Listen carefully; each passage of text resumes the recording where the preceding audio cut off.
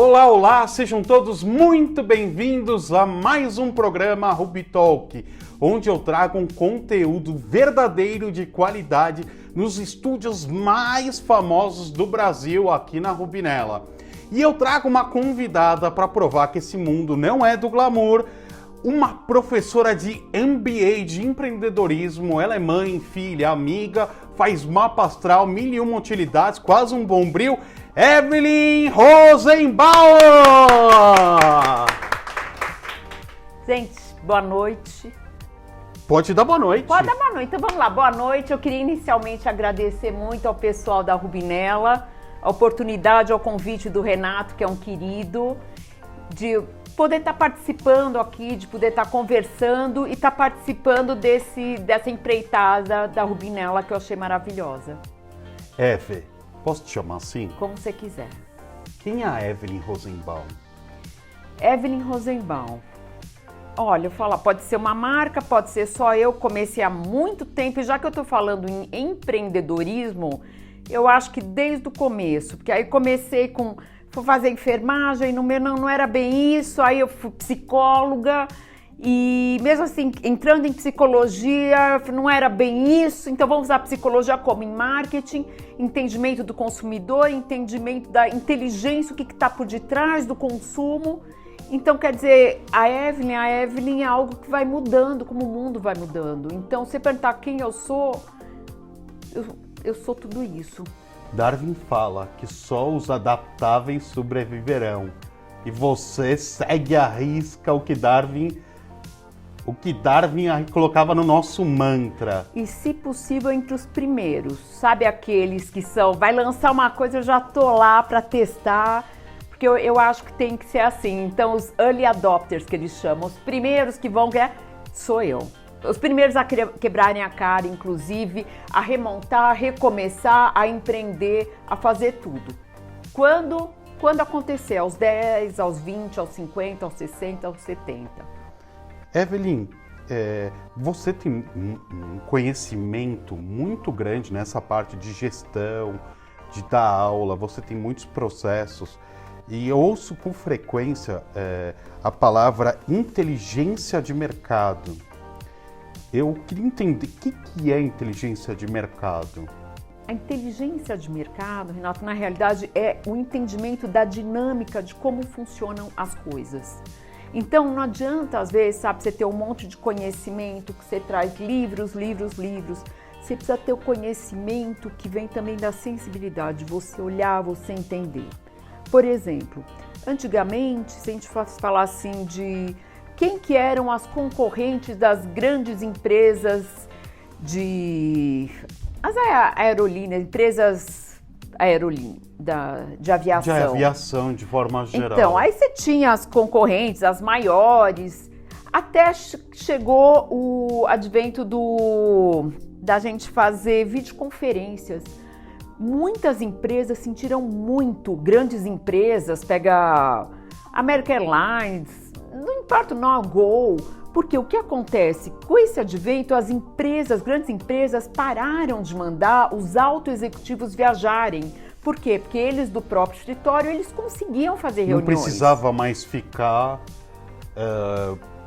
reunião presidencial, porque também era muito maçante pro diretor, pro CEO, era uma rotina. E é um custo absurdo. Sim. Aí o que acontece, Renato? A gente começa a olhar o ambiente e você começa a ver que teus concorrentes nem sempre estão na mesma categoria. Por exemplo, você vai pegar hoje os bancos, está muito interessante. Se você vê, por exemplo, tem grandes varejistas hoje em dia que na hora do pagamento eles têm eles que estão gerenciando todo o sistema de pagamento, não passa mais por banco. O banco olhou e falou, opa, os meus concorrentes não são mais só bancos hoje em dia. O que eles fizeram? Eles entraram no marketplace. Então, se você tem conta nos grandes bancos, você vai perceber que eles estão te oferecendo dentro da plataforma deles, você pode comprar uma série de coisas. Eles estão começando a concorrer com os varejistas, que antes os varejistas concorriam com eles. Agora eles entraram nesse mercado maior. Pega os novos bancos que chegaram hoje, os digitais, eles estão oferecendo tags para carro onde você não paga mais pedágio. Desculpa, você não paga mais tarifa para recarregar quando você passa por pedágios ou as cargas eletrônicas. Eles estão dando alternativas e formas de mimar o cliente para captar. Isso, só que o que eles estão fazendo, eles estão dando algo que é o principal negócio de outras empresas. E com isso começa a quebrar e o mercado começa a se amoldar. Então vai ser muito interessante que o banco hoje ele não concorre só mais com o banco. Então todos os mercados estão mudando. Então o que é a inteligência do mercado? É você entender, você ver como o consumidor percebe os concorrentes dele. Porque é pelo que o consumidor vai te substituir. Se prepara a empresa antes do choque. Exatamente. Você está lá, é como se você estivesse fazendo um forecast ali do que vai acontecer. Tem uma previsão aqui do que vai acontecer com o mercado e a forma de consumir esse comportamento vai mudar. E você atua antes. Entendi. Você já atua e aí você tem que ter... Não adianta só você falar direto com os consumidores. Você tem que ter todo um preparo dentro da empresa e você tem que ter toda a empresa pensando da mesma maneira. O mindset tem que ser o mesmo. Todo mundo olhando, entendendo e acreditando naquilo. Então todo mundo precisa entender o que é a empresa, qual que é a alma da empresa, o que é essa empresa, o que ela está querendo fazer. Não adianta falar, puxa, a gente atende muito bem os consumidores, você vai ver o saque não atende, ninguém está lá para responder um WhatsApp. Então, quer dizer, ou você está comprometido ou não está. Hoje em dia não dá mais para brincar. Por exemplo, você veio fazer talk show. Porque o que você está oferecendo para o cliente que os outros não estão? Nossa, eu nunca tinha parado para pensar por esse lado. Na verdade, eu só quis trazer convidados estrelados como você para dividir com o público uma opinião de uma pessoa que é muito experiente. E aproveitando que você está aqui dando uma baita aula para a gente de empreendedorismo, com alguns conceitos, né? Mas eu acho que assim, a expectativa de vida não para de aumentar e essas mulheres hoje de 50, 60 não pensam em parar de trabalhar. Até eu estava vendo uma pesquisa recente que o que as mulheres mais desejavam, em primeiro lugar, é viajar, em segundo, trabalhar e empreender. Olha que, quer dizer, não é só o ganhar dinheiro, é estar ativa, estar dentro, estar na sociedade. Não é só receber, é continuar dando. Eu não estou falando de eu preciso ganhar dinheiro, que é óbvio que se você vai viver mais, vai precisar continuar trabalhando. Mas eu quero entender, você enxerga como uma pessoa de mercado que existe espaço para mulheres de 50, 60, 70 anos a partir de agora? Eu acho que existe sim, só que está tudo na cabeça das pessoas também. Eu escutei uma frase muito interessante, uma moça falou, eu só percebi que eu estava mais velha quando começaram a me chamar de senhora. A idade, às vezes você percebe no olhar do outro. E você que é responsável por o quanto você assume ou não a tua idade. Aliás, não é nem assumir idade, pela visão que você tem. Espaço tem que ter, é o quanto você se permite fazer, o quanto você se permite ousar. Os 50 de hoje, sabe, tipo, você pega uma mulher de 50 hoje, ela faz muito mais do que minha mãe quando tinha 50. Então eu diria que uma mulher de 50 hoje é como se ela tivesse uns 30. No meu tempo, quando minha mãe tinha 50, é como se ela tivesse 30. E mudou, só que está muito na cabeça e na visão. Se você parar, olhar e não se atualizar, você pode ter 20 anos, você não vai para frente. O mundo vai rápido.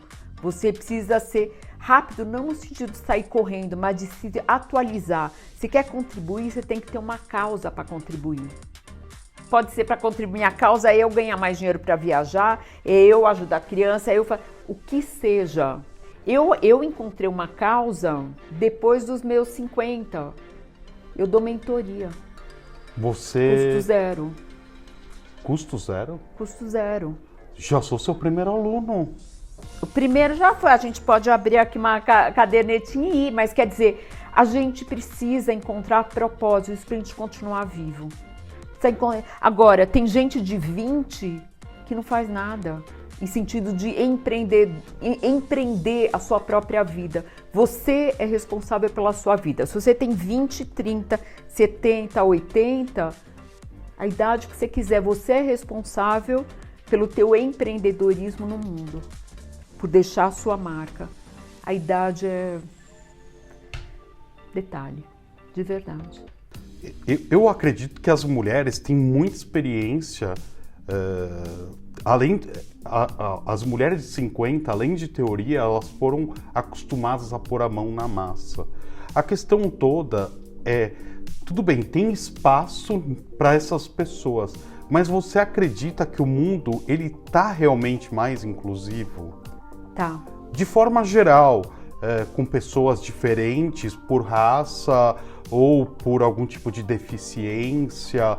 Você acredita que o mundo está realmente mais inclusivo ou é só uma grande fala? Olha que interessante. Não, tá. Mas, como eu falei, eu acho que depende muito de você. Eu dei mentoria para um pessoal maravilhoso e ele era todo formado de pessoas com deficiência.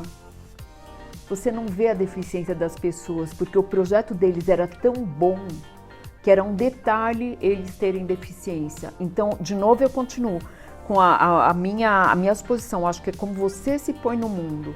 Se você se olha como um profissional, como uma pessoa que tem algo a oferecer, você vai oferecer alguma coisa interessante. Agora, se você se coloca no mundo como uma pessoa que eu vou entrar na faculdade porque eu tenho cota, eu vou conseguir porque eu tenho uma cor diferente por causa de raça, por causa de idade, você acredita que o que falta, então, eu achei ótima a sua dica, que essas mulheres talvez estejam esperando um convite e quando, na verdade, elas têm que se lançar e se permitir errar também. Talvez acho que seja um pouco isso. E também parar de viver um pouco do passado. Pode ter sido uma grande gestora de banco que ganhou fortuna, né? Mas agora não tem mais sentido, né? Num mundo que está se transformando e buscar se adaptar que nem você fez.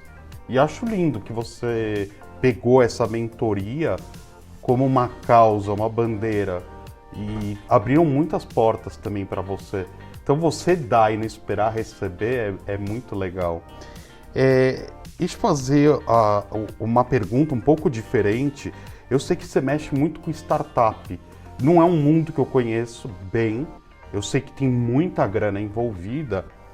E existe um termo chamado pivotagem que você um dia me ensinou e eu achei maravilhoso. Isso estava fora do meu dicionário. Eu queria saber o que é essa pivotagem e o que a gente pode aprender com a pivotagem. É muito bacana. O que acontece é o seguinte, é o termo que vem quando a gente está montando, que foi adotado por todo esse ambiente de startups. Na startup é muito interessante, porque vocês sabem, unicórnio é milhões. Unicórnio o que é? Empresa de mais de 1 bi? A que deu certo. Esse é o unicórnio, é o que deu certo. É o que deu certo, bi e milhões e por aí afora. Só que para chegar aí existiram as pivotagens. O que é isso? Você tem uma ideia, você junta as pessoas, você consegue alguém que vai tô resumindo, né? Mas vai bancar. Tá bom. Só que aí você começa a andar e fala, não dá, por algum motivo, ou de mercado, ou de ideologia, falta pessoa, às vezes não está no timing correto. Vamos pivotar. O que é isso? Muda completamente. Você dá uma volta, você começa, aí, pode ser do zero, você começa uma nova visão, uma nova metodologia. Tá, pois é, tá lá. É comum isso. É comum. Agora tem um dado que é muito interessante. No Brasil, as empresas costumam pivotar essas startups 5 vezes. E aí, no final, desistiu. A grande maioria desiste, não foi para frente, acabou. Estados Unidos, as empresas, as startups levam mais, elas fazem a pivotagem 7 vezes. E na 7ª acontece. Olha que interessante, não que todas dão certo, mas lá talvez tenha um ambiente, isso vale muito. Um ambiente que esteja mais preparado, alguma coisa, as pessoas mais persistentes, alguma coisa, mas que é interessante, que aqui na quinta pivotagem para e lá na sétima vai em frente. É bem interessante isso, porque muitas pessoas têm medo de errar. E esse dado que você traz, que você tem que ou recomeçar teu projeto, ou mudar completamente de direção, no mínimo 5, nos Estados Unidos 7 para dar certo, ou seja, para quem acha que tentou uma vez, 2 vezes e fala eu não sirvo para isso, talvez falta um pouco de coragem, ousadia para continuar, não? Isso, e é interessante, Renato, porque as pessoas só passam lá do que deu certo.